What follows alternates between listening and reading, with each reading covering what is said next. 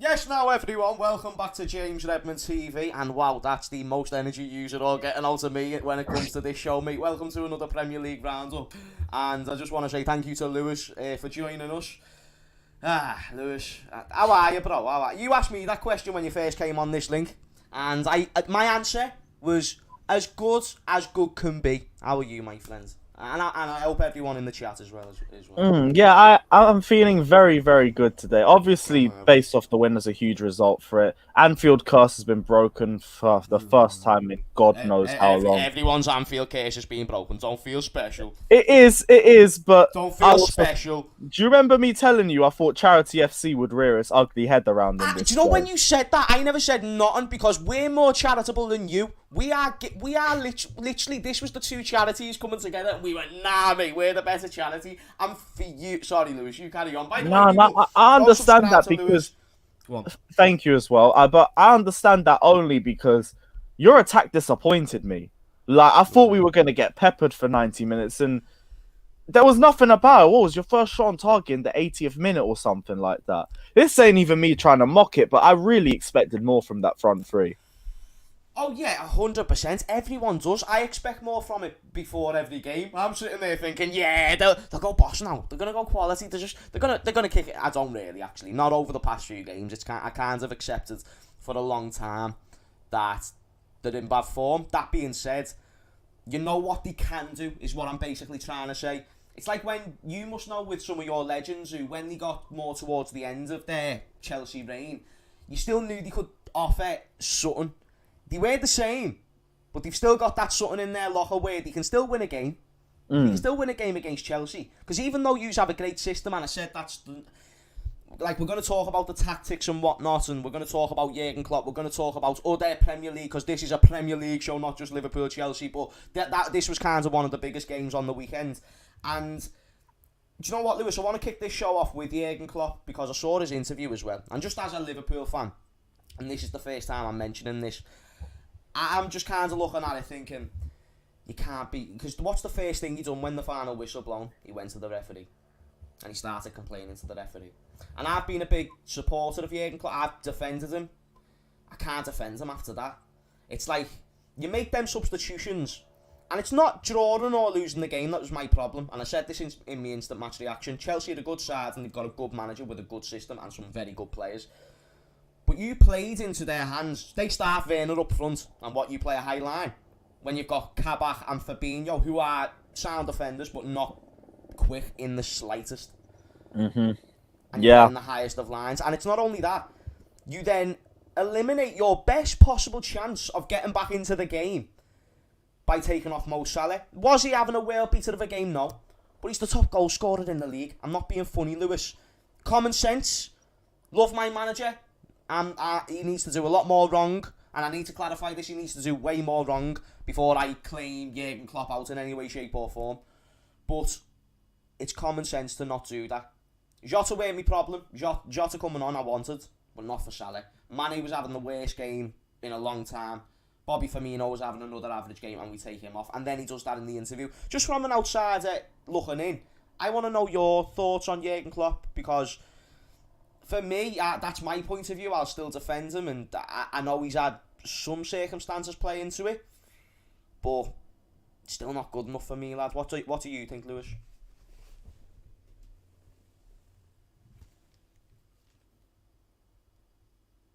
No? Is he still there? Oh, is Lewis still here? Oh, he's gone! He's gone there. Like, what do you think, Lewis? Just grab me water, expecting to hear a voice. Do you know what, mate? Well, because I was rambling, I can now read a few of the comments. Come on, Hammer. Shout out to Zane. Hopefully we get him back soon. Who knows, though? Who knows? Get the likes up, people. Thank you, everyone who's joined in. Let me at least explain the show while we're here. I'm going to get Lewis back in a sec. We're going to talk about the Liverpool-Chelsea game and a few topics there. We're going to talk about the Player of the Month nominees and players like Bruno Fernandes getting involved in it. But we'll talk about it because he has still had the goal contributions. But is the players being overlooked, like Luke Shaw and whatnot? And then a few other fixtures and topics as well. I don't know where my man Lewis has gone. Maybe his Wi-Fi is going bum bum. But I will carry on with what I was saying about Jurgen Klopp, because to be honest, mate, it's kind of a topic that's grinding me gears. But before I do, like I said, I wanted I want to read a few more of these comments. My problem is Klopp is doing Mane and Firmino no favours playing them when they're struggling big time for form most of the season. I agree, Special K, and it's one of them things. Now, I think most Liverpool fans are starting to clock, even though you can't entirely blame this season on Jurgen Klopp. There's things that he can be doing better with the players he's got. Do you get what I'm saying? And he's not using that to his full potential. And that's just a fact. We all know it. We all know that you're taking off your top goal scorer and actually best attacker based on performances when it comes to Salah and whatnot. And Lewis, are you good, my mate? Sorry, was that me or I don't know what happened. My entire laptop just froze. Like, sorry, what the fuck? No, what was that? Don't apologise, lad. Wi-Fi can be a bitch sometimes. That's literally the first time this happened in. Sorry about that. What were we even talking about? Don't you worry, my mate. I was basically just asking your thoughts on Jurgen Klopp, long story short, from an outsider looking in. Like, I don't think you lot are going to give up on him or anything. I don't think it's a Klopp anything like that. I do think just to an extent his head's not in the right place. Like, I didn't hear too much of the post-match press conference. Did he say anything too wild on it again? Because I know he has a habit of it when Liverpool drop points. When the game finished, I never listened to his press conference. I heard it was a bit wild. When the game finished, I'm not going to lie, I didn't like some of the... I can't remember pinpoint of what he said. If someone could remind me in the chat, that'd be much appreciated. That being said, it weren't good. And when the game finished, he went straight to the referee once more. So I want to know what you think when, it's clearly his fault. We never got them points and you're going straight to the referee about a handball that happens in the 60th. His head just defo isn't in the right place, and you can see it because he's making rash decisions like this, and in press conferences he's looking shaken. It's like he hasn't got the answers right now. And you know what? Maybe sometimes the manager doesn't have the answers, but I think with Jurgen Klopp and with everything that he's done over the last 5 years, he gets the time to answer those questions. That's the thing I said with Frank Lampard as well when he was failing. I was like, when he was failing, usually he'd be able to fix things up and he'd answer questions really well. So I'd give him the chance to right his wrongs. That's why I gave Lampard a lot of time, especially in the December period. It only took to the Leicester City game for me to go full 100%. Yeah, I'm done. I want Lampard out. This ain't the right manager for us. I think that's going to be the same. To that conclusion, yeah? Did you end up getting to that conclusion of, I'm just done with Frank Lampard? Like, listen, he's a legend and whatnot. I love him to bits. I'll always respect what he's done for the club. But he's got to go now. He's not the right man. City was the one where I was thinking he might not be it. He might not be. And then Fulham, when we won, it was like a bit more, yeah, we didn't win convincingly. He might still not be it. Leicester City, because everyone knew his job was on the line. The team played like it was a pre-season match. And then he came out in the post-match press conference and said it was individual performances that let us down and said we have a team that isn't capable of winning the title. I was like, yeah, no, he ain't the right guy. Get rid of him. Because we didn't spend 250 million to say we ain't title contenders. That ain't on. We gotta go. You knew Roman Abramovich weren't gonna fucking deal with it. Do you know what I'm saying? Nah, he sat there in the touchline with the same expression I saw Jose have at the same dugout 5 years ago. It's like he knows the situation. He's seen managers when he's playing for Chelsea sit there in the dugout with the same impression, and you know as a player they're done. Lampard must already know that he's done because he's been in that situation as a player before. He knows what Chelsea's like, and he ain't hitting the targets. He has to know he's done as well. Yeah, no, 100%. Shout. By the way, is my mic okay? Because I'm hearing it's quiet. That's what someone you're clear. In the chat. Am I all right? Yeah, go ahead, Sam. If it is a bit quiet, people, then let me know in the chat and I'll try and fix it. And I'll see if that does anything to it. But let me know if it goes a bit dodgy. Anyway, from Nameless, the Wi-Fi in London is a bit dodgy, can't lie. Same. We've got dodgy Wi-Fi. If anything, it's my laptop. My laptop's getting ancient now. I need a new one by the end of the season. I don't know what it was. The whole thing literally froze. Like, I couldn't click X or nothing. I had to restart the whole thing. If it doesn't happen to you one day, then did you ever have a laptop or anything to do with doing videos or one? It's got to happen one day. So, UK geezer, Mane had a clear chance, though. And I think he's saying this off the back of me suggesting that yesterday was mainly Jurgen Klopp's fault. 100%. I actually said in my instant match reaction, Mane and Jurgen Klopp are the two biggest reasons why we didn't win that game. First off, Mane is my G. Let me just clarify this dead quick, people. Mane is my G. But how on God's green shit can you miss that opening chance where you threw on goal if that's Mane in his prime, and I say his prime because I'm not saying he's shit now. I still think he can be very good, but he's on the other side of that hill, and I feel like Firmino could also. Was that the one where he was running through on goal and he got taken out by Denmark's finest export? I'm not sure. That might have been one of them, but there was one point where he just didn't even connect with the ball. He didn't even... No, because I remember this one, he was running through on goal and Christensen was behind him and everyone was getting flashbacks to the Liverpool reverse fixture where he took him down for the red card. But Christensen under confidence, in it was beautiful. Like, the tackle was excellent. His performance that day was excellent as well. Yeah, no, I hear what you're saying.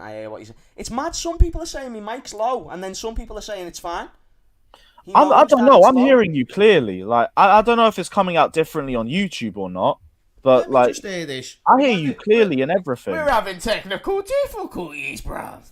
Nah, I thought it was me that was struggling. Nah, I can fix this because you know what I mean. We roll with it. Yeah, they're saying you're better now in the comments. You trolls, you trolling motherfuckers. Or get your I phone was wondering what that was. Like, yeah, is it coming out differently on YouTube? We are Gucci. We're fine, my mate. We're fine. Yeah, that was my big problem, though. Like, Mane isn't the same, and then that's why I have more of a frustration with bringing off Salah, because, mate, he's the only one who's most likely to get a goal for this team. He's the top goal scorer in the league for a reason. And you take, and then even if Firmino went off sound, you're taking off Salah. With 25 minutes to go. Also, is he still your highest goal scorer when it comes to taking out penalties as well? Because you lot have had a lot of penalties this season. Yep.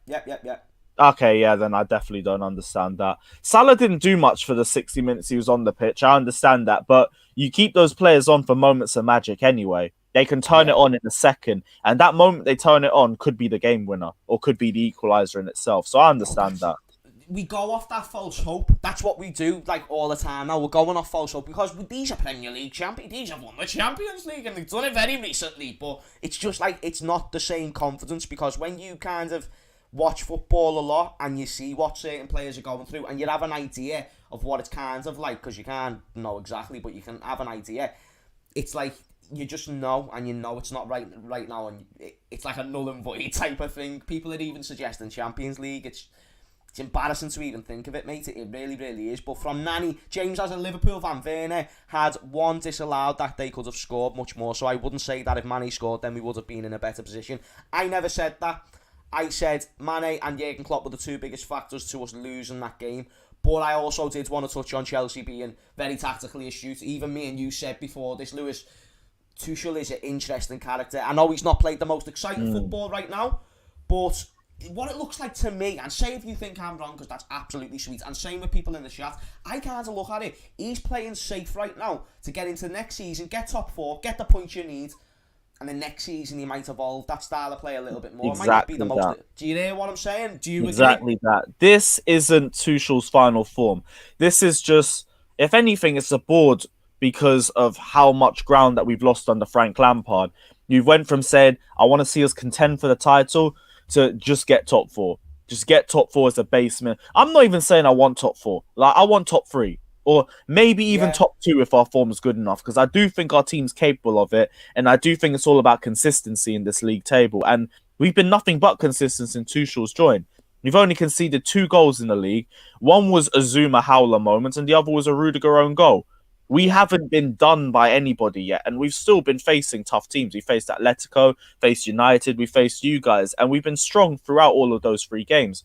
But it's because we've been playing more pragmatic. We've been playing a defensively solid system, which minimises our attacking play, and to be honest, we're still poor in the final third, but we're always poor in the final third. I don't care about that. Like, our hitmen stink. It is what it is. It takes 5 chances for us to score 1 goal. If we're lucky. Fine, we move on. Defensively, we're solid. still didn't do like, he should have got a goal, like, you know, barring it being disallowed, but he still didn't look clinical. He didn't look like the Werner you bought type of thing.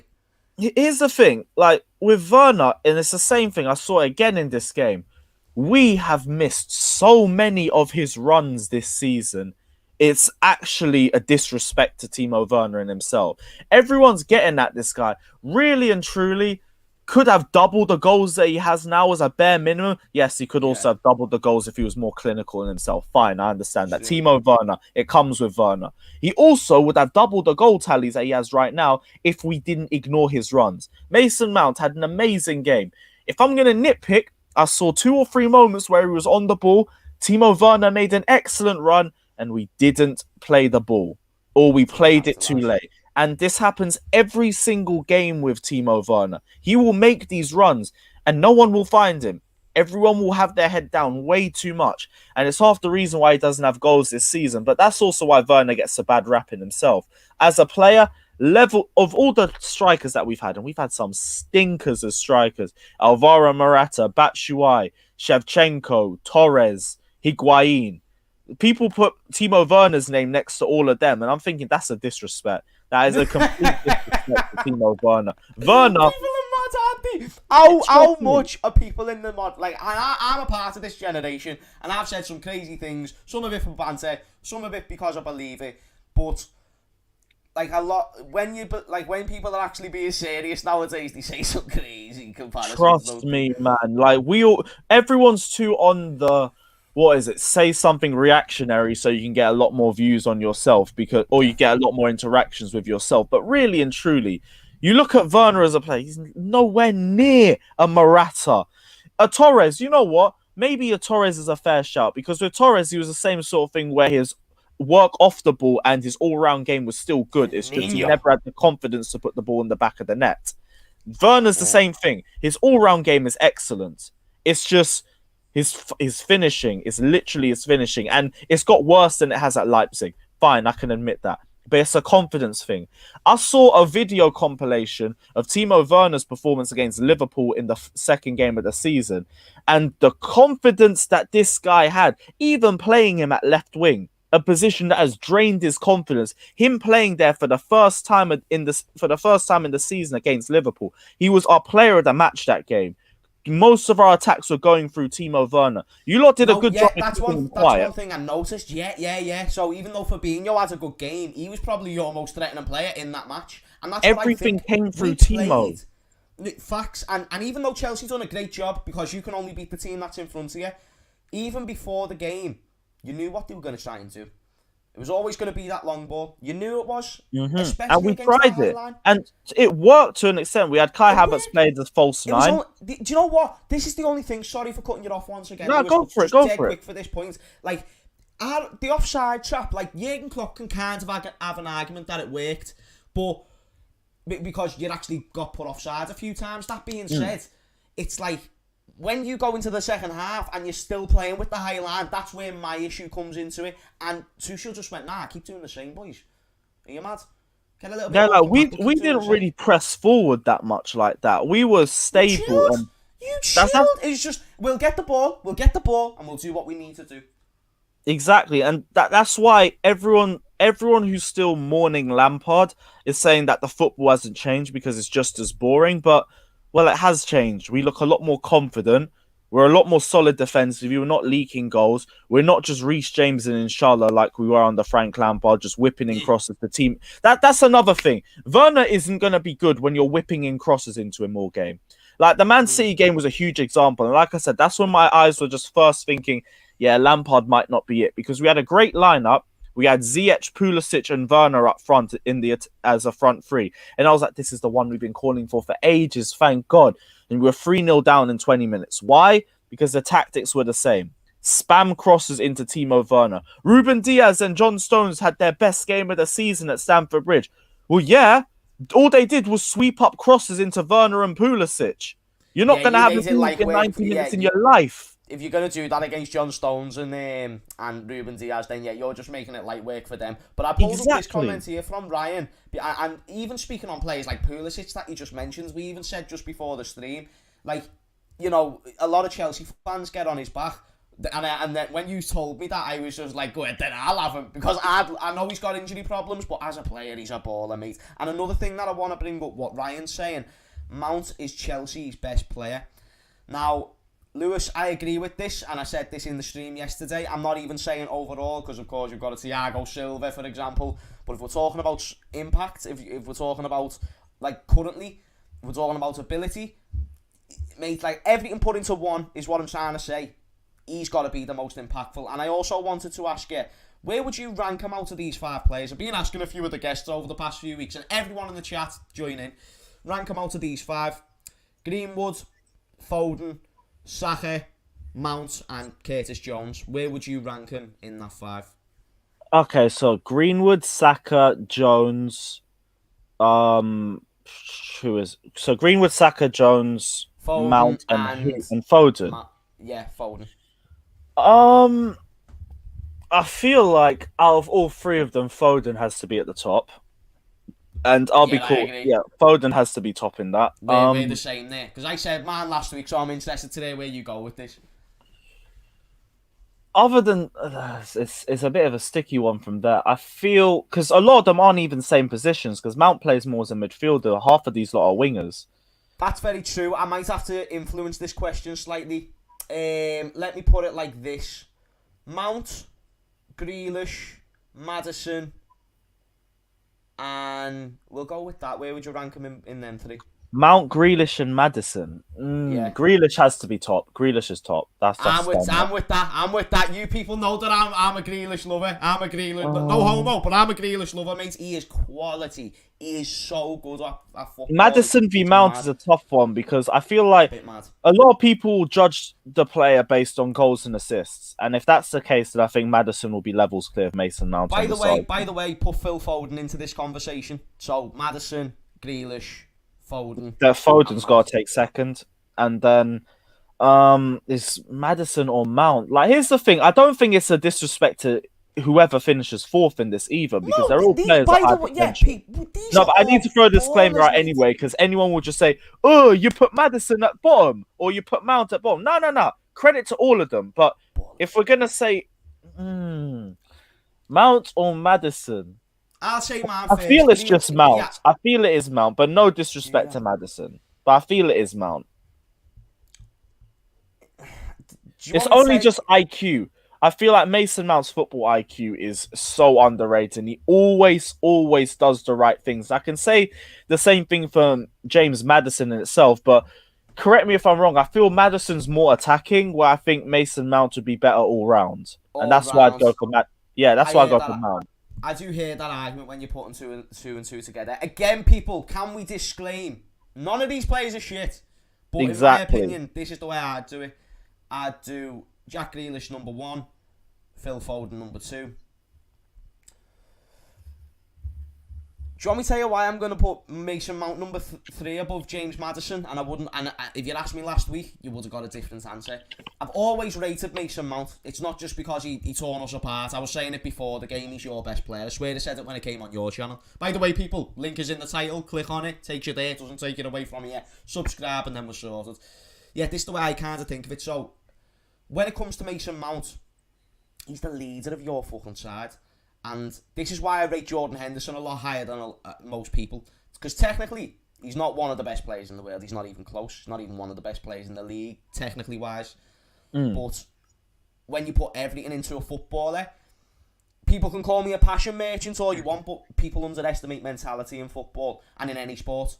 Mentality is most of it. And if you've got everything you need to be a leader, then I respect that. And at the age that Mason Mount is, for the club that he's doing it for, and also James Maddison plays in a very good system, and even though Thomas Tuchel also does, Mason Mount was doing this for Frank Lampard, who didn't have a great system. He was his favourite player, and this is Frank Lampard, who, even though, granted, he's not the greatest manager that we've ever saw, he's still got an eye for talent.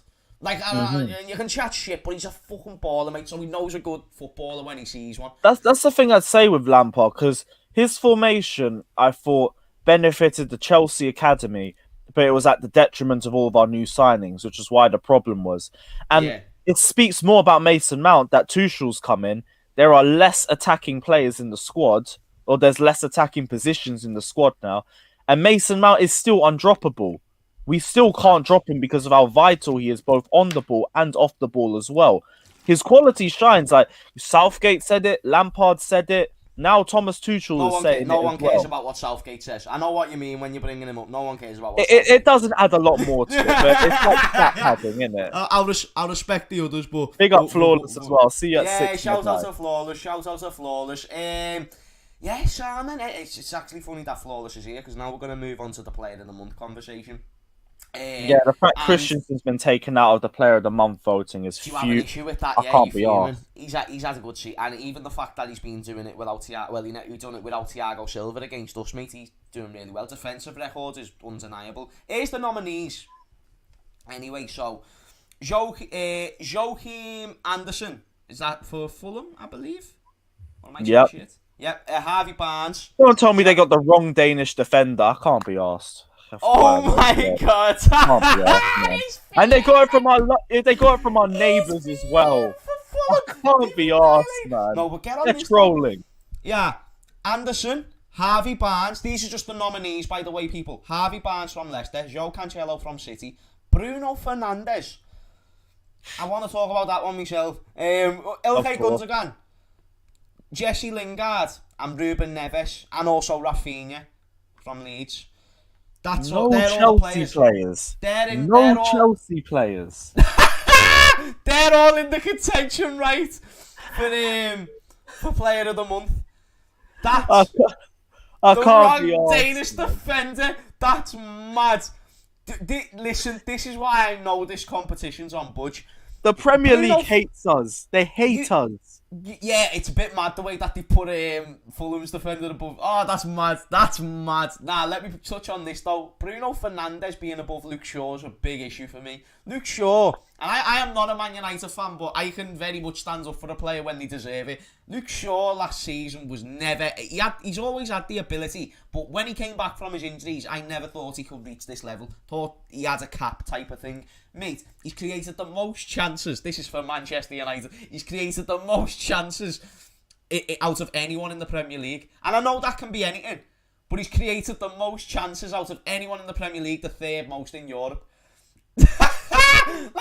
Over Bruno. Mad, I'm keeping that in the notes. I'm keeping that in the notes. Bruno, I think he's got 7 goal contributions in like 3 or however many, like 4 games over the month, which, yes, granted, numbers they don't lie, but they do lie as well, because if you watch he's genuinely a goal and assist merchant. I don't believe we're ever saying these words. He's a goal and assist merchant. No, do you know what's mad? Such a merchant. People say about Mo Salah is the same thing, and I get like Mo Salah isn't as good as a technically gifted footballer as like a Neymar, but he's actually not just a goal and assist merchant. Just to give him the respect, he actually I know why people might think it, but Bruno Fernandes, like if you genuinely watch him or have been, and I watch Man United a lot.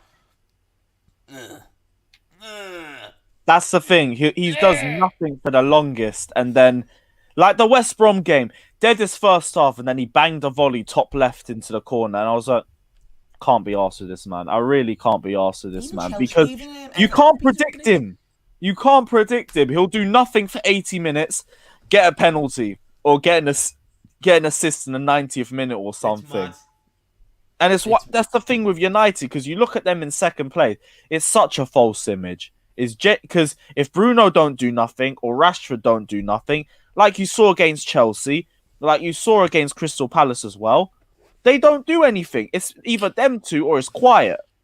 Or Luke Shaw as well, apparently, now we're saying.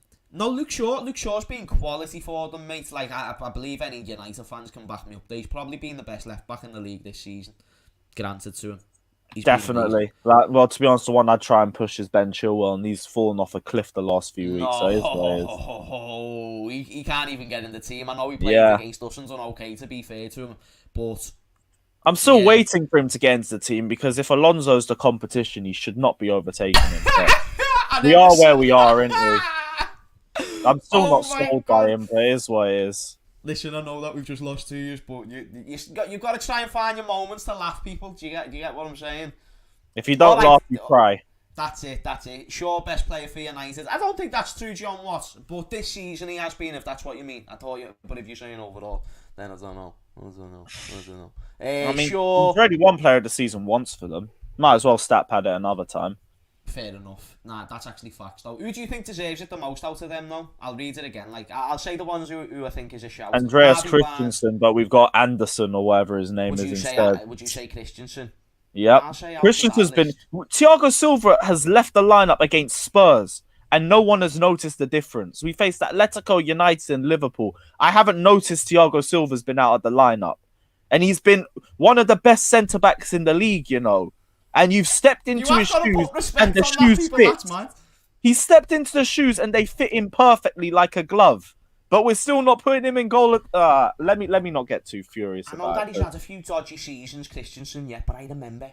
He's a confidence player. Was he at much in Gladbach? Mate, yeah. He was one insane. player of the season there. He was insane. Like, mate, let me tell you this now, yeah. I got Rory on the channel the other day, and I brought what's his face? I brought Christensen up, and he was like, "How the fuck do you know Christensen?" And I was just saying, basically, Liverpool had shit centre-backs then, and we knew every centre-back under the sun, so it didn't really matter who it was, where they was. If they were decent and they were doing well, we were linked with them. That's how I knew Christensen and how well he was doing that season. Mate, I wanted him. I was thinking... Yeah, 17, 18 as well. Like, David Luiz like came that. off He was well younger. And Christensen came in again into a back three. No one noticed for 4 months, and then it was the Barcelona mistake. And like I said, he's a confidence player. One big howler, don't play him the next game. Don't play him the next match, because then he'll drop another howler, and he'll struggle to get back up from it. Yeah, I hear what you're saying. There's people saying everyone vote Lingard for player of the month, boys. You know he's going to win it. And I actually think he has a shout to deserve it. He has been quality for West Ham since he's joined from Manchester United. I know he's only on loan there, but if they signed him on a permanent, that would have been the sign. That could have had a shout for the signing of the season already. Obviously, but that's a joke. But you hear what I mean? Like, if you're going to start as you mean to go on, Lingard's had a brilliant start. And it seems like he's had an amazing start. Seems like he's found his home. I don't mean his not home even found his home. It just feels more like he's confident.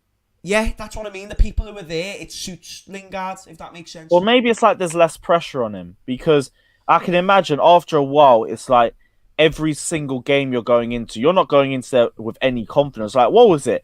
Did he have the entirety of last season where he wasn't involved in a single goal or an assist until literally the last kick of the season against Leicester City? How do you get back up from that? Especially at Manchester United as well. You do need that fresh change of scenery. And West Ham is that fresh change for him. He's come in. There's not a lot of pressure on him. He just really needs to turn up and perform. And he's come and shown experience as well, because the one thing West Ham need is experience in the top four race. They're in a position. I don't ever remember they've been in this sort of position before. Maybe 15-16. They were flirting with top four a little bit, but then they dropped off because they're a one-man team. Now they're a team. Now they are a side. They're a proper 11 men who are all balling out together. Yeah. They need experience. Jesse Lingard's coming, and he is that experience. Maybe he is what they need to get them into the top four. I still think they're going to bottle it. I don't think they're going to make top four, mainly because they're just not used to it. Look at Leicester City now. I think they could make top four. They still could drop out again. But Do you know why I disagree? Do you know why the injuries will get them again, Lewis? The injuries will get them again. And I do not put it down to Brendan Rodgers, because people are jumping on Brendan Rodgers now, apparently, for some reason. Mate, they've been riddled with injuries as well as Liverpool. I've never disputed that. It's just not been to the level of Liverpool, but it's still been really fucking bad. Bear in mind, we're talking about Leicester. We're not talking about one of the big six, supposedly, who've got loads of money and deep squad for days. Leicester City have got a sound squad, but they've really made use of what they've got, because they've been in top four for the majority of the season. And just now, I just feel like it gets to that point where if they get a few more, it only takes one or two more, that team could just crumble. And it's the difference between getting a point and getting 3 points. And that's been the case in their last two games. It's the case against Arsenal, just drew against Burnley. It's mad. Yeah, let me take a look at Leicester's run of games. I've got the games up here. They have Brighton, Sheffield United, Man City, West Ham, and West Brom. Okay, so the next few games they should be decent for them, but there's definitely a tough run of games coming up in April as well. And the run into the end of the season is mad for them too. They got Newcastle, United away, Chelsea away, and they finished the season with Tottenham at the King Power Stadium. So Yeah, you know what? I actually think you're onto something the more I've had a look at it, because that's getting visibly tougher as the season progresses. With It's us, mad. we're in our tough run of games now, and we're still unbeaten. If we get through the international break and we're still unbeaten, we have a very good run of games until the final 4 games of the season, and second place looks like a genuine possibility. But our last 4 games are a bit mad too. We have, what was it? Arsenal at home, then Manchester City, who, to be honest, if Man City have the title wrapped up by then, maybe it'll be an easier game to manage over 90 minutes. Leicester City, and then we have Aston Villa away as the final game of the season. So for us, we also need to get our job done early, but we're facing all the tough teams now. We face Spurs, we face Liverpool, we face Man United. Now we don't face any top 6 side until the final 4 games of the season. Now is our winnable. Say that we have Everton and Leeds next. Get past them 2 first. Then we have an easy run of games. Them 2 are going to be an ish. They're going to be an issue. In fact, before we do completely move on to the next thing that I want to touch on, and actually it involves Everton, and I see people mentioning like Godfrey should be player of the month and whatnot, but shout out to the people who are showing love. A man like Sam Jovi, Sam Jovi, is that right? Am I saying that right? I'll go with that. Shout out to your damn selves. Everyone smash the like, and also go and subscribe to Lewis in the title. Boom, boom, everybody in the room. Thank you for joining. So, what was I going to touch on then? Was I going to say something? Or was I just going to go on to the next topic? Because I've lost my train of thought. I think it was next topic. Next topic. Well, the next topic was going to be Everton, and basically they. That was it. Yeah. That was it. Yeah, man. Ding. Everton. I obviously don't like talking about Everton, and a lot of people are probably going to leave because a lot of people are Liverpool fans. That being said, like when we talk about player of the month, and when we talk about teams that have been doing well, you brought up Christensen, who's been doing brilliant, and of course you're going to bring him up because rightly so with what you've told me, and I've watched Chelsea myself. He's been brilliant. He was great against us. But Ben Godfrey, he was also great against us. Ben Godfrey against Liverpool, he pocketed our front 3. Literally, Firmino, Mane and Salah, these are Champions League winners, Premier League winners, right? Came up to Ben Godfrey, went, "What are you saying, you little mush?" They looked at him in the eye, saying, "What are you saying, you little mush?" We are. Do you know who we are? We're the trio of dreams. We're Firmino, Mane and Salah. And you think you're going to do shit against us? Pocketed every single one of them in any one-on-one. There was no diverse movement between the players, and it was just like any time it was them and Ben Godfrey, there was no chance. And I saw bits of the West Brom game in Everton yesterday. He's just a big part of their team. He's just a big part of their team overall. And Carlo Ancelotti, and I want to just touch on him. When we talk about this top 4 race, mate, you look at Everton. They're now really getting results more so than what they was before. They haven't got heavy injuries. They've got a few players out here and there, but I've completely ignored Everton. They're a point behind us with a game in hand. You've got to see. You're in the top 4 race. I've exited Liverpool out of this. You're in there, so you need to worry about Everton. And you're not even that far off, to be honest. You're only 4 points off top 4 right now. Got to take circumstances, Lewis. Yeah, I get it, but your run of games coming up aren't. Let me not say nothing. I've just taken a look at your next 5 games. Lewis, I love you. You lot are suffering. You are my G. Nah, do you know what's mad? You are my G, you know. Nah, because I love you, you know, lad. Like, you even came on this show short notice and everything. Like, you know how much of a legend Lewis is. I'm not even licking his ass. He's belter, mate. But you as well, man. Legend status all over this show. Facts. Suck a pencil, though. before you read any of them next fixtures, mate, I don't even want to like talking about I didn't deep it. Yeah, your next 5 games are a bit mad. And you lot really, you could drop down the table, but also, isn't one win just going to give you guys the confidence that you need? Or if anything, why don't you lot play more pragmatic? Let me say this. So, and I'm picking up the fucking microphone, mate, because I fucking need to. So, when we talk about this game, and we talk about our next game against Fulham, for example, you said to me before the stream, surely you should get a win against Fulham. Surely. It's got to happen. Didn't we say that about Burnley? Didn't we say that about Brighton? And not only did we suggest it about them teams, we then had the belief, oh no, we'll play against the bigger teams. And it's going to be sound. Get a point here and there. We'll get 3 points. We'll give City a proper go. 60, 65 minutes in, we're 1-1 with City doing all right, playing a decent game. Then we lose. But then we play Leicester. But ain't that more you chasing the game? Winning 1-0 against Leicester for the majority of the game. Then what do? We go and fucking lose. What was it? 2-1, 3-1. Jamie Vardy bummed us, mate. Then he played the Qatar, mate. That's mad. That is mad. So is any of this because you were chasing the game though, or one sec, my mate, Lewis. One sec, my mate. Sorry. Then we played Everton. This is a team that, as I mentioned on your show, in my lifetime, I have never ever saw defeat in Anfield. Now, technically, in person, I've still never saw defeat.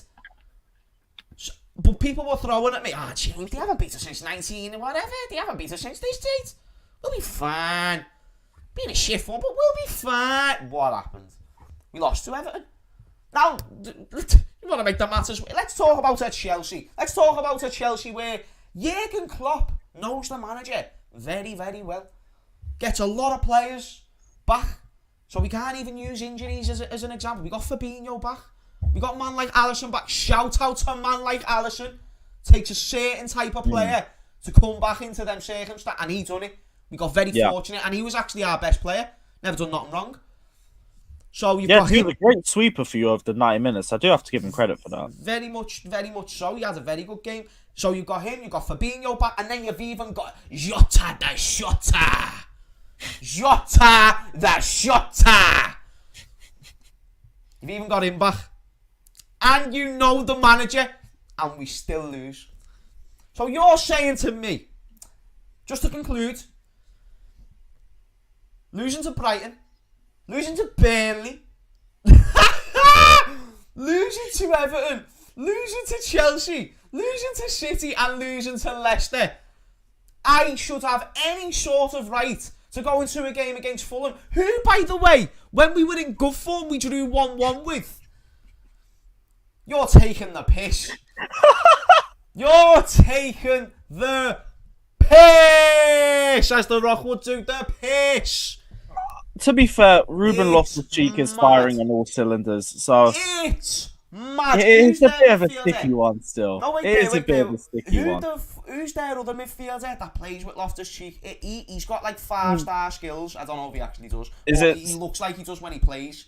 What's his name? I'm getting give me a second because I can get their last game up. Spurs. Here it is. Lineups. Is it Lamina or Reed? Nah, it's him. Why weren't he playing? He's not even there. Where is he, man? Bobby, Lamina, Reed. Or are you talking about Seri? Seri ain't still there, is he? No, not Seri. I'm talking about Bobby Reed, mate. He played against United, I think it was, and he played brilliantly. I'm not gonna. Oh no, it was Anguissa. Anguissa. That's it. Zambo Anguissa. Anguissa is a baller. And all I'm saying, with those 5 games, was it a case that you lot just weren't pragmatic in any of those games? Because I always feel like if your defense is falling apart the way it is, you need to focus on being more defensive. Cancel the attacking play. Fine. If you don't score, whatever. If you don't concede, that's what matters first, and build on it. No, I disagree. Because the thing is, right, we've been not conceding that many. It has genuinely been at the other end of the pitch. And it starts with the build-up. You know, an attack always starts from the defence. But the only reason why I have a problem with it is, you said it before, Lewis, we're not changing that. And that's the thing, because you lot play, I won't say an all-out attack style of play, but you play a strong pressing system that relies on you pushing forward a lot more than, in my opinion, especially with your injuries and your injury record that you should be doing. You lot should be playing a much more pragmatic system, if anything, just for the run of games that you guys are having. Like, this style of play only allows more injuries to happen, and that's the last thing that you guys need. Bro. These have got Luchman. And we think we're gonna... Wait, we've just been tethered by Timo Werner. And listen, Timo Werner's better than Luchman. I'm not trying to, laugh there. But Luchman, I believe he's actually on form. Former Everton player. It's written in the stars. It's written in the start. The only reason we beat Sheffield 2-0 is because they never brought on Ryan Brewster. And it's not because Ryan Brewster's being good, but it's because it was written in the stars. And if Luckman plays this game, it's written in the stars he's going to get a goal. Lewis, I can't be asked. Right. You're speaking it into existence, though. That's the problem. To round up this show, and it's been, do you know what, mate? I know that I've been positive, and I've been trying to be positive and speak that into existence, and it hasn't worked, Lewis. Just literally, defensive football. From a Chelsea man to a Liverpool man, defensive football is the way. Trust me. Short up that back four, or even get a back five in. And then you guys, at the very least, you won't lose games. You're worried about losing 5 games in a row. Forget about the scoring. Stop losing first. Then start winning. That's the way forward. You have to take it slowly. That's what we're doing with Tuchel. We've gone straight from 4 at the back. We've slapped 5 at the back. Well, our play isn't beautiful. We're not playing liquid football or anything. But we're churning out results. Like, your attacking player, you got a front three who still should be getting you goals, right? They're an amazing front three. So what if it's just those 3 as the attackers? You might minimize your chances, but you maximize your chances already, and you're not clinical. So maybe if you minimize your chances, they become more key chances. And I won't say they take the chances more seriously, but they'll do more with the chances if there's less of them at play, if you get what I mean. If you have 10 chances, you can be a bit lazier about it. If you have 1 or 2 chances, you have to be clinical with those chances. Have to, and that's what we're not doing. That's what you got to shore up the defense. All your injuries have been defensively. So I never understood why you force out the attacking play when your defenders aren't good enough for you to have the confidence in anyway. Like, it don't make sense to me. But that's because, like, we're known for being defensive. So we always think defensive first anyway. But you have to focus on the defence first. No, but it's a good point. That's where your team starts, and that's where it builds from. From Finn, Lana Rhodes or Timo Werner up front. Who's better? I think Lana, because she's better with the balls. He's in better in my chats as well. He's hilarious. Man like Finn, shout out to your Tom Shell brother, because that's a legendary little thing. And I know somehow we lose the game. We lose the game and we're bantering Timo Werner still. Just proves the season that we're in. Also, shout out to Rodrigo Garcia with the super sticker. Really do appreciate it. But before we round up, I want to get what you think the top 4 will be. First to fourth. Oh, okay. So we're doing in order as well. Yeah. Okay. Man City top, only because I can't put us as title contenders, even if I really want to. It is what it is. We lost too much ground. It's a sticky one, but it's a shame. Man City first place. Second place, Chelsea. I don't care. Wait, whoa. Second place? I said it. I did say it. Do you actually believe that? Here's the thing. I think everything is up for grabs this season, except for the title. Man City, if they drop the title, that's the biggest bottle job in Premier League history. That's not getting dropped. Manchester United are second place. I do not rate Ole like that.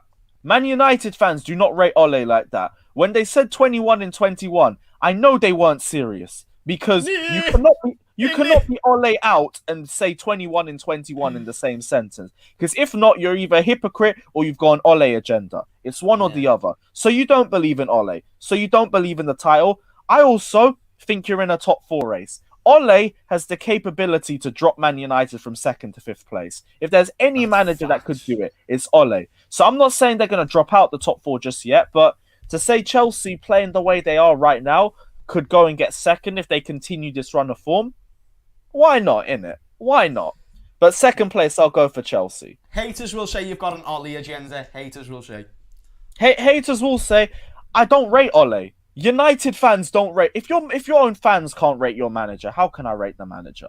That's the way I look at it as. You can't rate Ole and tell me he's going to lift the Premier League title with Harry Maguire at the end of the season. It's not happening. The 2nd place, Chelsea. 3rd place, there's a couple options, and let me get the table up next to me as well so I can actually have a look at it. Yeah, 3rd place.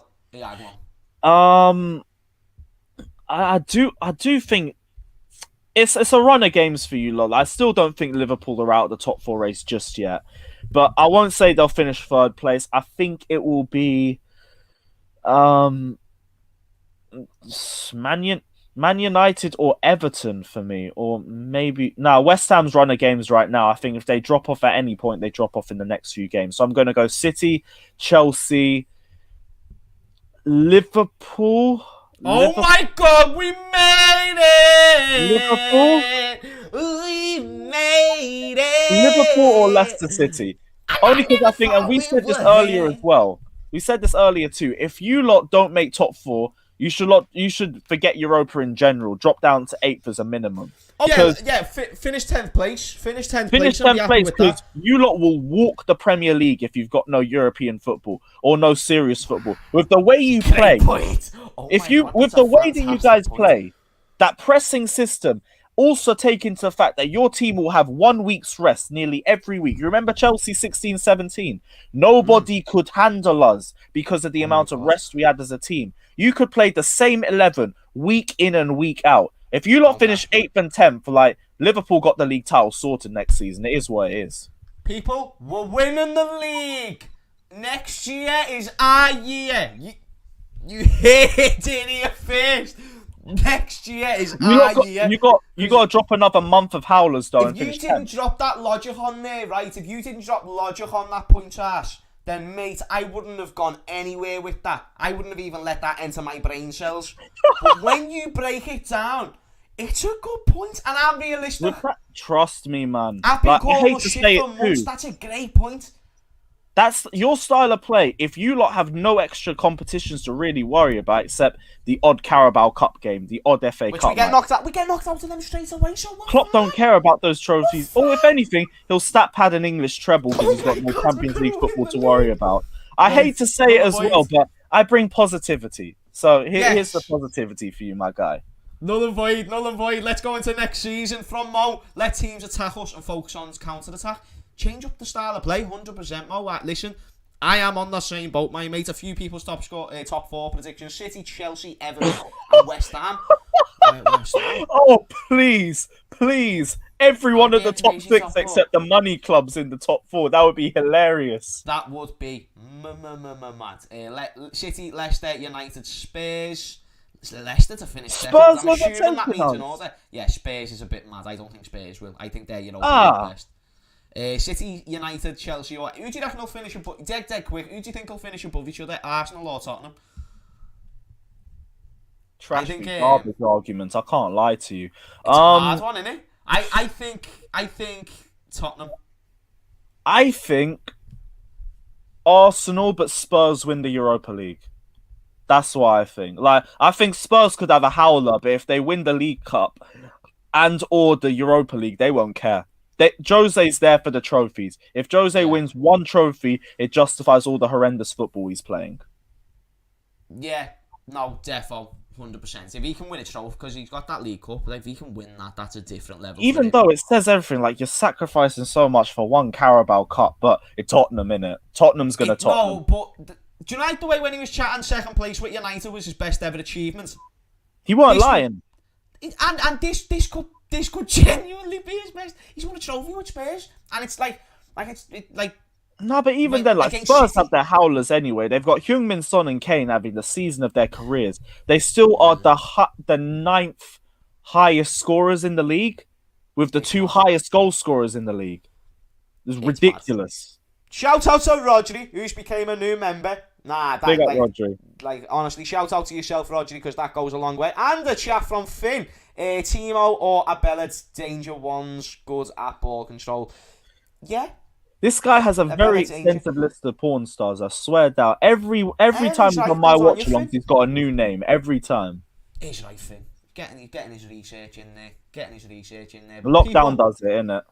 Lockdown. It's doing it to us, people. It's doing it to us. But people, we're going to wrap up the show there. That's been a belter show, that, Lewis. We'll need to get you back on, man.